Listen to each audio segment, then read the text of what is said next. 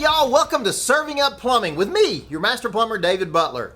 Today we're going to be continuing the series of videos on the practical test at the state of Texas for your Tradesman and Journeyman exam.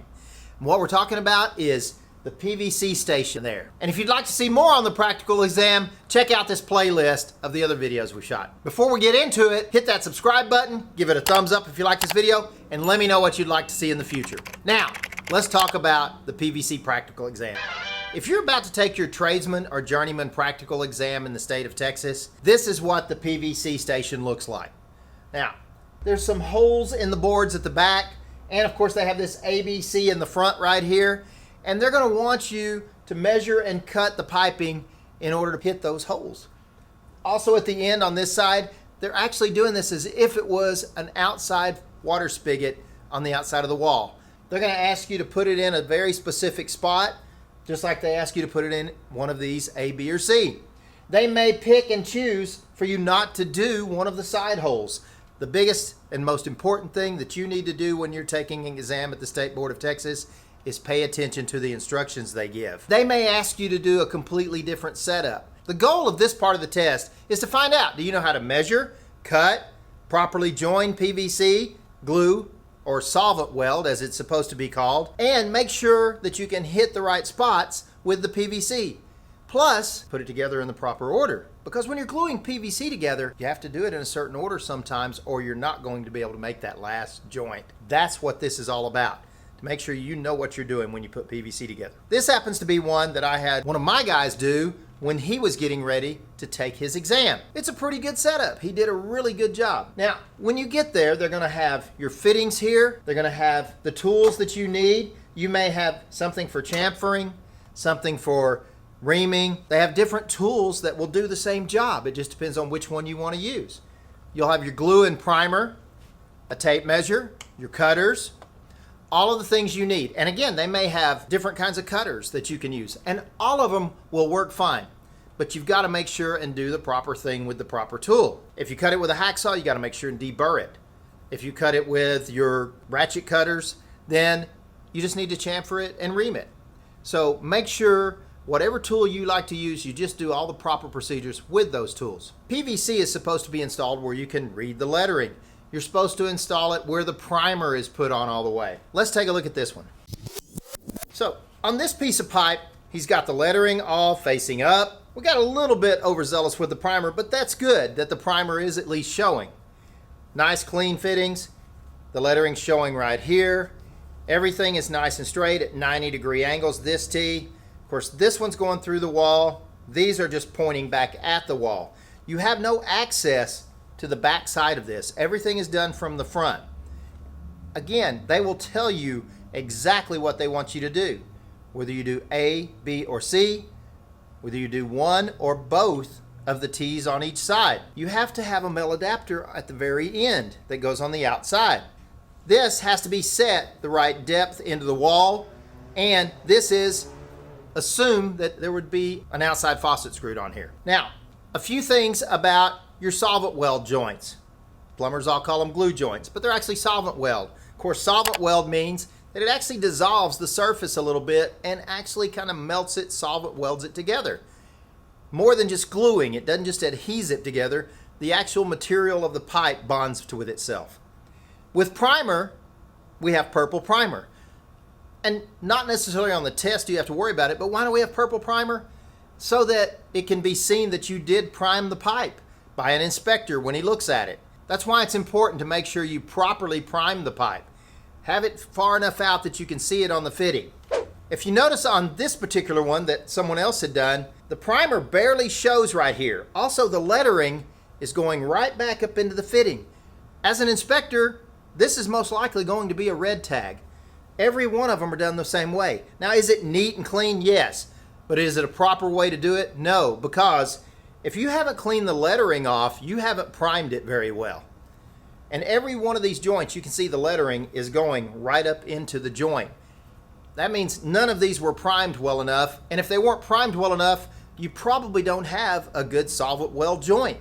So make sure when you're primering your pipe, you do clean the lettering all the way off, and you get back at least a 1/4 inch outside the fitting, so there's no question whether it was primed properly or not. When you put the glue on the pipe or the solvent weld cement, you have to turn it 90 degrees, and this is one of the test requirements. You have to glue the pipe, slide it in, and rotate it 90 degrees. Well, when you're doing that, make sure and take into consideration where your lettering is going to end up, because we do want that lettering showing, and ideally, if you're going to do a nice, neat plumbing job, make all your lettering line up. This one's a little off, still looks good.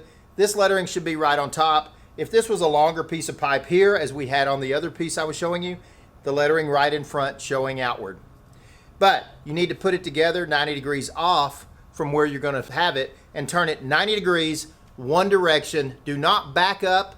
We're just spreading the glue evenly over the joint. That is one of the things that they grade you on. So they're going to be grading you on your primer. They're going to be grading you on your measuring.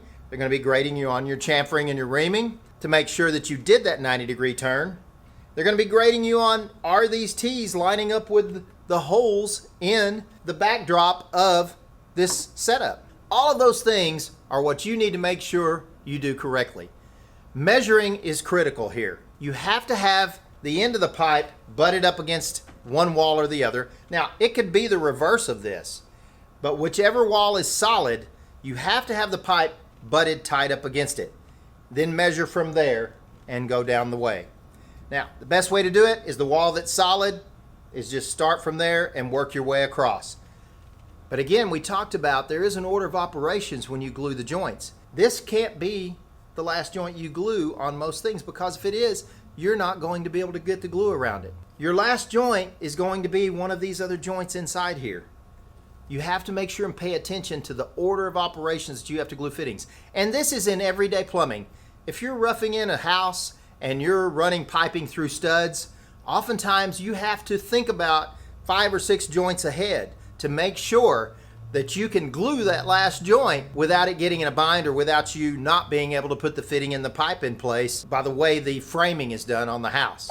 All total, you're going to have a length of pipe about this long, somewhere between 3 and 4 feet of pipe, a little less than 4 feet. You do not have enough pipe to make multiple cuts. So measure twice, cut once. Wouldn't be a bad idea to measure 3 times, cut once, right? Let's talk a little bit about chamfering and reaming. Barrel reamers are great for this. Easy to ream the inside of the pipe, and chamfering means the outside of the pipe. Basically, it's a bevel on the outside of the pipe, just like that. All it takes is a little bevel. That way, as you push the pipe in, it doesn't push all the glue out of the joint. It kind of lets it slide over the pipe a little better. When you're priming a pipe or a fitting, turn your fittings upside down. Now, this is not going to take points off for you or anything else, but you can do a neat, clean job as fast as you can do a sloppy plumbing job. Turn it upside down. Primer it this way. Don't have too much primer on your brush at one time. Every time you do it, turn it upside down. Same thing with your pipe. Primer it upside down. Let it dry just a second. Primer the other end, right? And also, when you're doing PVC fittings, primer all 3 sides of the fitting at one time. I see guys all the time, they'll primer one side, glue that, then they'll primer the other side, glue that one. That's just a waste of time. You want to use the most efficiency that you can on every job you do. So, when you're doing fittings, the primer doesn't have to be wet and just put on for you to do a solvent weld joint. You can primer this entire fitting, set it to the side, then do your pipe, and there's still plenty of time to glue that joint, okay? So that's just another tip. You can also look back at one of my other videos in the playlist on how to install PVC pipe, and we go deep into the proper way to do PVC glue joints. This is the way it looks with no pipe in it. These lift up and open. That's just for the testing facility to take your pipe out and go check it out for testing. It is not for you to ever open up. You have to build your pipe assembly with those closed and locked. So make sure you understand that. This is not a difficult thing. It's what we do every day as plumbers. The thing about it is you just have to pay attention to detail. Don't hesitate to ask examiners questions. If you don't understand something, ask them. The Texas State Board of Examiners are some of the best people in the business, and they want you to succeed. They're hoping you will pass your test, and they're going to do everything that they can to help you do that without giving you the answers. So a lot of guys are afraid to ask them anything. but they are great people. And I guarantee you, if you ask them questions and you give them respect, they will help you get through that test, and you'll be the next tradesman and journeyman plumber in Texas. I hope this video has been helpful if you're about to take your journeyman or tradesman test. If you need anything else, we've got several more videos on the other steps that occur in the practical test. We're gonna have a video coming out soon about the dollhouse also. If you have any questions about the test, please send it in the comments and I'll see if I can help you out any. And after you take your test, let me know how you did. I wish you the best of luck. Please hit that thumbs up button, hit that subscribe button, and let me know what you'd like to see in the future. Don't forget to tell your friends, the Butler did it.